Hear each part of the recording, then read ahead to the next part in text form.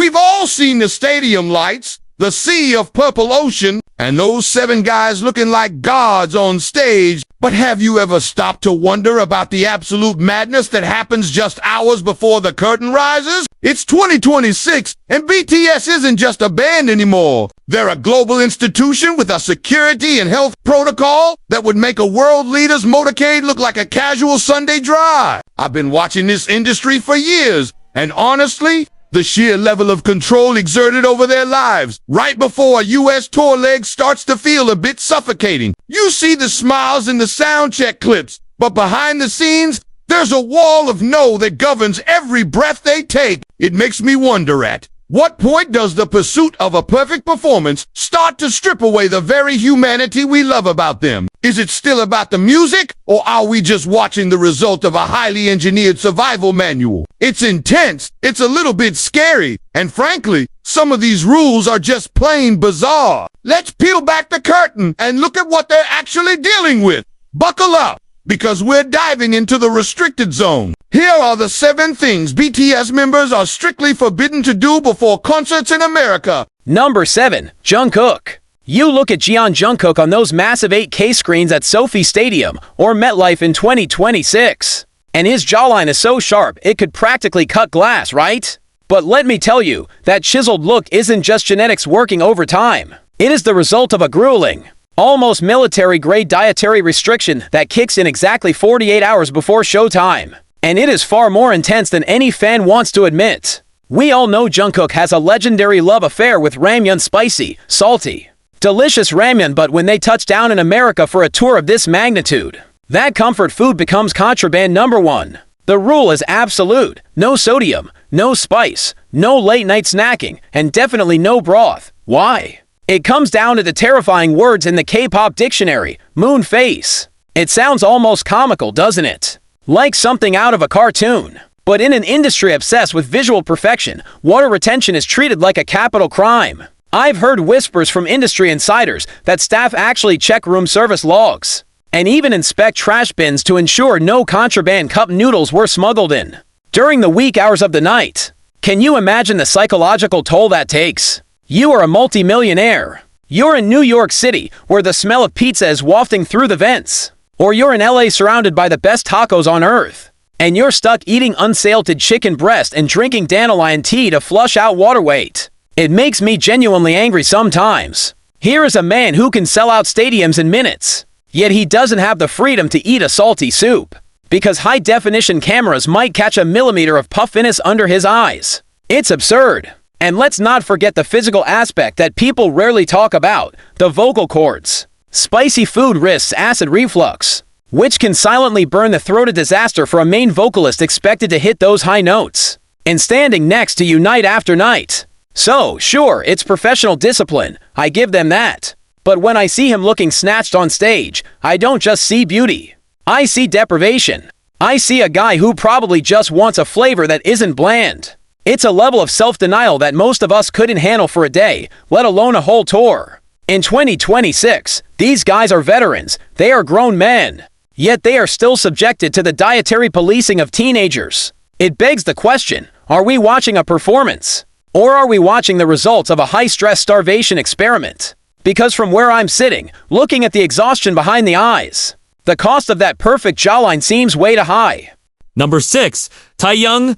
You know, there is something profoundly tragic about Kim Taehyung's situation when you really sit down and think about it. Something that goes beyond just celebrity inconveniences and touches on the loss of basic human autonomy. We all know V is the romantic of the group. The old soul who craves the crackle of a vinyl record, the smell of rain on pavement, and the serendipity of stumbling into a dimly lit jazz bar in Chicago or New York. But in 2026, the mandate is colder and harder than ever before. Absolute confinement to the hotel premises. Unless accompanied by a tactical security team that rivals the Secret Service, it's not just a suggestion anymore. It is a hardline prohibition against solo venturing. Think about the irony. Here he is in the land of the free, a country that prides itself on liberty, yet he is arguably the most captive human being in the entire city. I've been looking at the logistics of their 2026 tour, and the security protocols have escalated to a level that feels almost dystopian. Why? Because the variable of unpredictability in American cities is considered too high of a risk for the corporate machine to tolerate. We aren't just talking about crazed fans anymore. We're talking about the liability of him simply being human. If V walks into a bar and is photographed holding a glass of wine looking slightly exhausted, the stock prices fluctuate the next morning. It's that volatile. So, what do? They lock him up. They seal him in a penthouse suite that might as well be a gilded prison cell. I can't help but feel a knot in my stomach when I imagine him standing by those floor-to-ceiling windows, looking down at the vibrant street life, hearing the faint sounds of the city he loves, and knowing he cannot touch it. He can't feel the wind on his face without a clearance form. It forces us to ask a very uncomfortable question. At what point does protecting the asset become suffocating the artist? Taehyung draws his inspiration from life, from people, from the random beauty of the mundane. When you cut that off, when you force him to experience the world solely through the filter of a VIP Vans tinted window, aren't you slowly killing the very spark that makes him who he is? It's a psychological pressure cooker. To be surrounded by millions who love you, yet to be completely, utterly isolated in a hotel room with nothing but room service and a security guard outside your door, that is a specific kind of hell that fame designs for its favorites. We see the glamour, but we don't see the loneliness of that lockdown. It's not just a rule. It's a lifestyle of enforced solitude. And frankly, for a spirit as free as V, it must feel like a punishment for a crime he never committed. Number 5. Jimin. If you think staying in a 5-star presidential suite in Las Vegas or Atlanta implies a night of cool, crisp luxury, you are dead wrong, at least if you are Park Jimin on the eve of a 2026 stadium show. This particular restriction is one of those invisible tortures that nobody talks about because it lacks the cinematic drama of a scandal. But when you really visualize it, it is physically excruciating. The rule is simple but brutal. No air conditioning. None. 0. It doesn't matter if it's 100 degrees outside in the Nevada desert. The climate control in Jimin's room is strictly forbidden from being turned on. Why? Because dry air is the silent assassin of the falsetto. We all know Jimin's role in the group is crucial. He handles those piercing, angelic high notes that carry the emotional weight of songs like Fake Love or Who. In 2026, with the choreography harder and the sets longer, his vocal cords are treated like artifacts in a museum that must be preserved at specific humidity levels. I've heard reports that his room is rigged with multiple industrial strength humidifiers, blasting moisture into the air 24/7 until the windows literally fog up like a greenhouse. Just imagine the sensory nightmare of that. You are exhausted from rehearsal. Your body aches. You just want to bury yourself in cold sheets. But instead, you are forced to sleep in what essentially amounts to a swamp. The air is thick, heavy, and hot. It's sticky. It's miserable. And he has to endure this suffocating atmosphere every single night before a show, just to ensure that one specific note in the second verse doesn't crack. It makes me wonder about the quality of rest he's actually getting. Can you truly recharge when you're waking up drenched in sweat, gasping for fresh, cool air that you aren't allowed to have? It's a level of physiological sacrifice that borders on the extreme. To the audience, He looks ethereal, light as a feather. Ah! But behind that grace is a night spent battling the heat in a damp, claustrophobic box. It really puts the concept of suffering for your art into a literal, uncomfortable perspective. Is the perfection we demand from him worth the fact that he can't even enjoy the simple human comfort of a cool breeze while he sleeps? It feels almost cruel. A reminder that his body doesn't entirely belong to him anymore. It belongs to the tour, to the schedule, and to the millions of ears waiting for that one flawless sound. It's dedication, yes, but at what cost to his peace of mind? Number 4, RM. When we talk about Kim Namjoon in 2026, we aren't just talking about a rapper or a leader anymore. We are talking about a physical specimen. The man has spent the last few years transforming himself into an absolute tank. A hulk of a human being who looks like he could bench press the entire stage setup if the hydraulics failed. We see the photos, we see the veins popping, and we love it. But here's the twisted irony that the cameras don't show you. The moment the tour bus rolls into a US city, the hotel gym becomes the most forbidden place on earth for him. The rule is strictly enforced. No heavy lifting, no personal records, and absolutely no hypertrophy training within 24 hours of curtain call. To the casual observer, this sounds like nonsense. Why wouldn't you want your performer to be pumped up? But if you know anything about human physiology and the specific demands of BTS choreography, you know that swollen muscles are the enemy of groove. The logic here is brutal in its practicality. K-pop choreography, even in 2026, relies on fluidity. On that snap hand release motion, that requires loose, agile joints. If Namjoon hits the squat rack or blasts his deltoids before a show, his body floods with lactic acid. His muscles stiffen. He becomes rigid. And in a group synchronized to the millisecond, a stiff leader is a catastrophe. So, the management literally locks him out of the iron paradise. I've heard rumors that security guards are posted specifically at the gym entrance of their Ritz-Carlton or Four Seasons suites. Not to keep fans out, but to keep him out. Can you imagine the frustration? For REM, the gym isn't just about vanity, it's his therapy. It's the one place where he can turn off that genius brain of his. Stop worrying about the settlist, stop worrying about the English speeches, and just push weight. It is his meditation. And this is where my heart breaks for him a little bit. By banning him from the weights, they aren't just saving his flexibility. They are stripping him of his primary coping mechanism right when his anxiety is at its peak. He has to sit in his room, vibrating with adrenaline and pre-show nerves.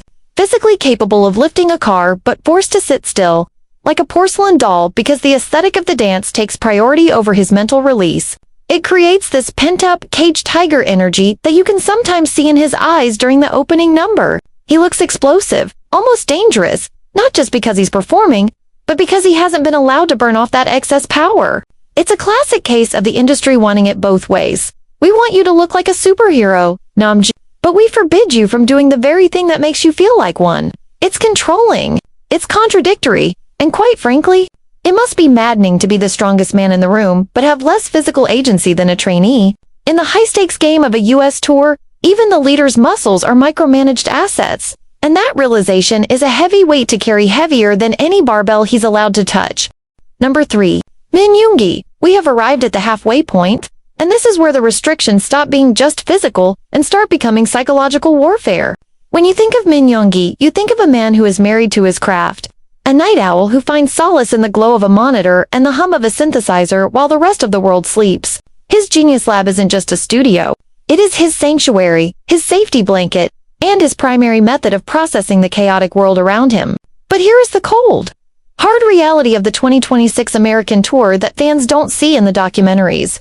The moment the clock strikes the 24-hour mark before a show, Suga is strictly, absolutely forbidden from producing music. I'm not talking about a gentle suggestion to get some rest. I am talking about a full-on equipment seizure. I've heard from sources close to the production team that there is a literal protocol where his mobile recording rig is laptop. His MIDI controllers, his hard drives is physically removed from his hotel suite and locked in a secure production case held by management. Why go to such extremes? Because Min Yoongi has no off switch. If left to his own devices, he will work until 6 a.m., chasing a melody or tweaking a snare drum sound, completely forgetting to eat or sleep. In the corporate eyes of the tour organizers, his creativity is a liability to his stamina. But stop and think about what that actually feels like for him. Imagine being a painter and having your brushes taken away right when you feel the most inspired. Imagine having a symphony in your head and being told you are not allowed to write it down. It must be a form of mental torture that is hard for us to comprehend. He is left in a silent high-end hotel room in Chicago or Dallas, vibrating with ideas, his brain loud with music. But he is forced to sit in stillness. It's a forced digital detox for a man addicted to creation. I honestly believe this is why he looks so ferocious when he finally steps on stage as August D. He isn't just performing, he is exploding. He is releasing all that pent-up, stifled creative energy that was bottled up in that hotel room. But as an observer, it makes me question the humanity of the machine. Are we protecting his health, or are we suppressing his nature? When you take away a musician's ability to make music, even for a day, you are taking away his voice. You are telling him that his value lies only in the performance of the past, not in the creation of the future. It's a stifling, heavy silence that hangs over his pre-show ritual, and frankly, looking at the intensity in his eyes, I think he hates every second of that enforced quiet. It's a necessary evil perhaps, but it's an evil nonetheless. Number 2. Jin. If there is one thing that defines Kim Seo-jin offstage, it is his unashamed, borderline obsessive love for the digital realm. We are talking about a man who, given the choice between a fancy Michelin star dinner and a 6-hour grinding session on MapleStory in his pajamas, will choose the game every single time. It is his escape. His way of unplugging from the crushing weight of being worldwide handsome. But here is the cruel twist of the 2026 American Tour protocol that hits him harder than anyone else. The absolute, non-negotiable gaming embargo. As soon as the sun goes down on the night before a concert, Jin enters what can only be described as a technological dark age. I'm not just talking about taking away a laptop, I'm talking about a systematic dismantling of his digital access. The high-speed hotel Wi-Fi password is changed. The consoles are boxed up. Even his smartphone usage is heavily monitored and throttled. Why the draconian measures for a video game? It comes down to two things, Tegneck and Red Eye. In the ruthlessly high-definition world of 2026 entertainment, where cameras capture every pore and capillary, having the visual of the group walk out with dry eyes from staring at a monitor all night is considered a professional failure. And physically, hunched over a keyboard creates tension in the cervical spine, a disaster for a performer who needs to execute sharp neck isolations in the choreography. But let's look at the human cost here. You are taking a man who uses gaming as his primary stress relief, his one way to feel like a normal guy and not a global icon, and you are forcing him to sit in a hotel room with nothing but his own thoughts. For someone with Jin's active, chaotic, brilliant mind, that boredom is dangerous. It's a vacuum. I've seen footage of him backstage where he looks almost restless, cracking jokes not just to be funny, but to fill the silence that the lack of stimulation has left behind. It makes me genuinely sad to think of him sitting on the edge of a hotel bed in Los Angeles, itching to log in, itching to connect with his digital world, but stopped by a manager whose job is to ensure his eyes sparkle a certain way on the jumbotrons. It feels Here is the oldest member of the biggest group on the planet, a man who has completed military service and led millions of fans, yet he cannot be trusted to manage his own screen time. It speaks volumes about the lack of agency these idols retain even at the peak of their careers. They want his face to be perfect, flawless, and rested, but they don't seem to care that the person behind that face is bored out of his mind, stripped of his favorite hobby, and staring at a wall in a silent room. It's a shiny, glamorous cage, but make no mistake, it is still a cage. The worldwide handsome we see is a product of immense discipline, yes, but also of immense, enforced boredom. Number 1, J-Hope. And here we are, at the very top of the list, facing the restriction that feels the most personally contradictory to the spirit of the artist himself. When you think of Jung Ho-sok, J-Hope, you think of boundless energy, you think of sunshine, and you think of a man who treats the streets of New York, LA, or Chicago as his personal runway. In 2026, J-Hope isn't just a K-pop idol. He is a global fashion icon and the undisputed general of the group's performance precision. But that title comes with a devastating price tag during a US tour. The number 1 strictest rule is a complete and total *** ban on urban exploration and shopping within 24 hours of a show. Now, this sounds trivial. Oh, poor rich guy can't buy clothes. But you have to understand the psychology of J-Hope to understand why this is a crushing blow. For Hobie, hitting the streets, diving into obscure streetwear boutiques, and soaking up the raw, kinetic energy of an American city isn't just a hobby. It is his fuel.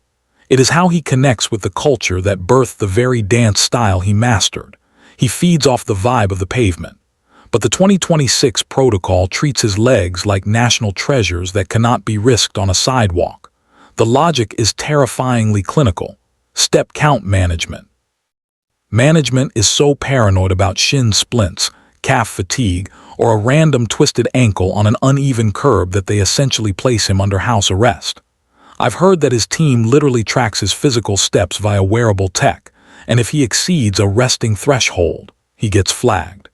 Can you imagine the frustration? He is in the mecca of hip-hop culture, surrounded by the inspiration he craves, yet he is forbidden from touching it. He is forced to stay horizontal, legs elevated, compression boots on, staring at a ceiling while the city he loves hums just outside his window. And there is a darker layer to this.